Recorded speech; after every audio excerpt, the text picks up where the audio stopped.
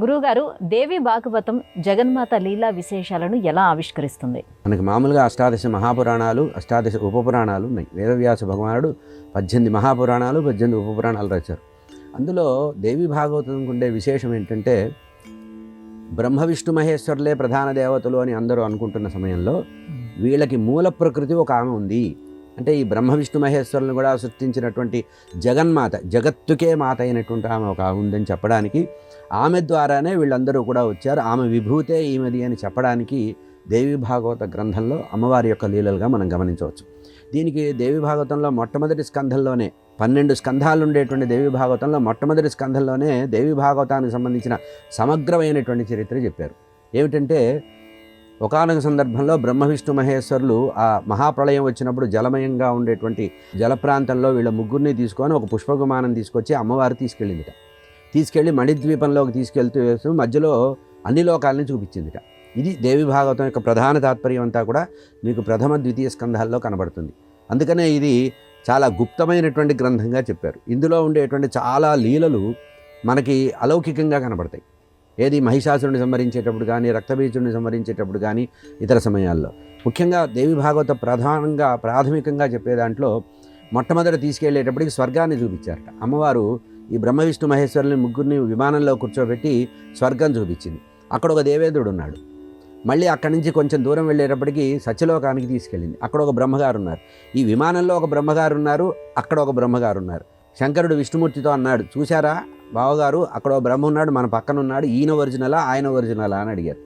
అంటే ఇక్కడ ఉదాహరణ ఏంటంటే, అట్లాగే వైకుంఠానికి కైలాసానికి కూడా తీసుకెళ్తే ఏదైతే లోకంలో స్థిరంగా ఒకటే లోకం ఉంది, ఏది సత్యలోకం ఒకటి, వైకుంఠం ఒకటి, కైలాసం ఒకటి అని మనం అనుకున్నామో, కాదయ్యా, అనేక బ్రహ్మాండాలని సృష్టించింది జగన్మాత.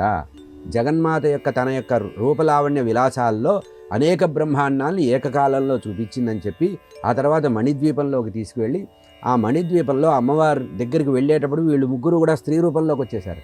ఎందుకంటే మణిద్వీపంలోకి వెళ్ళేటప్పటికి ఆ పురుష అహంకారం అనేది పోతుంది. ఆ స్త్రీ రూపంలో వచ్చి చిన్నపిల్లలుగా ఉండేటప్పటికి ఆ తర్వాత స్త్రీ రూపం, ఇదే రూపం బాగుంది అనుకున్నట్ట విష్ణుమూర్తి.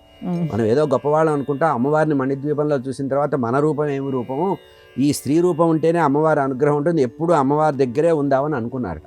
అప్పుడు వాళ్ళని తట్టి లేపి అమ్మవారు చెప్పిందట, బ్రహ్మ, నీకు సరస్వతిని ఇస్తున్నాను, నాలో నుంచి శక్తిని ఇస్తున్నాను, ఈ శక్తితో నువ్వు లోకంలో సృష్టి చేయమని చెప్పిందిట.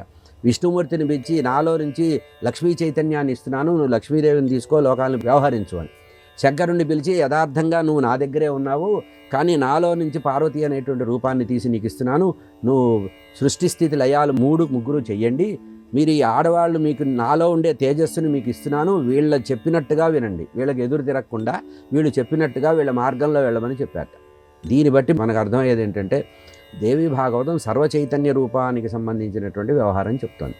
అంటే బ్రహ్మ విష్ణు మహేశ్వరుడు, ఇంద్రుడు, యముడు, కుబేరుడు, దిక్పాలకులు వీళ్ళందరూ ఉన్నారు కదా, అంటే వీళ్ళందరికీ మూల ప్రకృతి అమ్మవారు. అందుకనే దేవి భాగవతంలో మొట్టమొదటి శ్లోకమే మనకి దీనికి వివరణ ఉంది. సర్వచైతన్య రూపాం తాం ఆద్యాం విద్యాంచ ధీమహి బుద్ధిం యానః ప్రచోదయాత్. సర్వచైతన్యాల్ని విస్తరించేటువంటి ఒకే ఒక చైతన్యం ఉంది, అది చిద్రూపమైనటువంటి చైతన్యం, అదే జగన్మాత అని. జగన్మాతకు సంబంధించిన అనేక విషయాలను చెప్పబడింది. ఇందులో రాజరాజేశ్వరిగా చెప్పారు అమ్మవారిని, మహాలక్ష్మిగా చెప్పారు, ఐం హ్రీం శ్రీం అని 3 శక్తుల్ని చెప్పారు.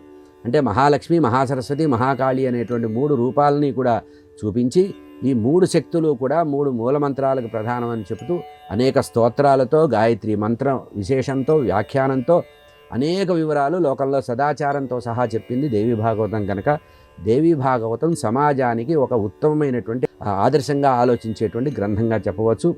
ఈ గ్రంథం చదవడం వల్ల అమ్మవారి యొక్క అనేక విభూతులు మనకి తెలుస్తాయి.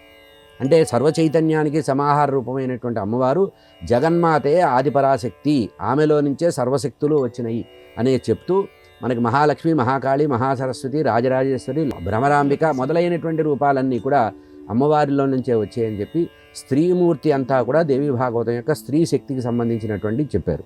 ఇందులోనే దశ మహావిద్యల గురించి చెప్పారు, వారాహి గురించి చెప్పారు, చిన్నమస్తక్ గురించి చెప్పారు, రక్తబీజుడిని సంహరించినటువంటి అమ్మవారి యొక్క రూపం చెప్పారు, కాళికాదేవి యొక్క రూపం చూపించారు, అమ్మవారి యొక్క పరిచార దేవతల్ని కూడా చెప్పారు. అమ్మవారి పక్కన పరిచారం చేసే దేవతలు ఉన్నారు, ఉపదేవతలు, వారి గురించి కూడా చెప్పారు. దశమహావిద్యల్ని గురించి కూడా గుప్తంగా చెప్పబడ్డాయి. ఇందులో చెప్పిందే ఇతర పురాణాల్లో కూడా ఉన్నాయి. మీకు బ్రహ్మాండ పురాణంలో కానీ, మార్కండేయ పురాణంలో కానీ అమ్మవారి గురించి చెప్పిందంతా కూడా దేవి భాగవతే ప్రధానంగా చెప్పబడింది. ఇందులో కృష్ణ పరమాత్మ కథ కూడా చెప్పారు. ఎందుకు చెప్పారంటే కృష్ణ పరమాత్మ చెప్పేది దేవి భాగవతం, అందులో కృష్ణ కథ ఎందుకుందంటే కృష్ణుడు ఎవరంటే శ్యామలాదేవే కృష్ణుంట. శ్రీరామచంద్రమూర్తి ఏమో లలితాదేవి అని. అంటే విష్ణుమూర్తి స్త్రీ రూపంగా ఉంటే అమ్మవారిగా ఉంటారు, పురుష రూపంగా ఉంటే విష్ణువుగా ఉంటారు. సర్వమంగళ మాంగళ్యే శివే సర్వార్థసాధికే శరణ్యే త్రయంబకే గౌరి నారాయణి నమోస్తుతే.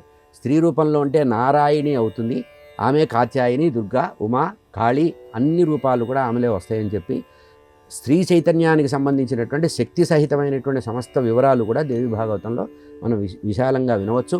దీన్ని రహస్య గ్రంథం అన్నారు, ఉపాసనా గ్రంథం అన్నారు, దీన్ని పారాయణ చేస్తే ఫలితం వస్తుందన్నారు, దీనిలో కొన్ని ఘట్టాలు చదివితే మనకు విశేష ఫలితాలు వస్తాయి అన్నారు. సంతానం లేకుండా బాధపడుతున్న వాళ్ళు షష్ఠీదేవి అని ఒక చరిత్ర ఉంది, అమ్మవారి యొక్క షష్ఠీదేవి చరిత్ర. మనం మామూలుగా హరిద్వారంలో చూసేటువంటి అమ్మవారు ఉంది కదా, మానసాదేవి, ఆమె షష్ఠీదేవి. ఆమె యొక్క ఉపాసనా పద్ధతులు కూడా చెప్పారు.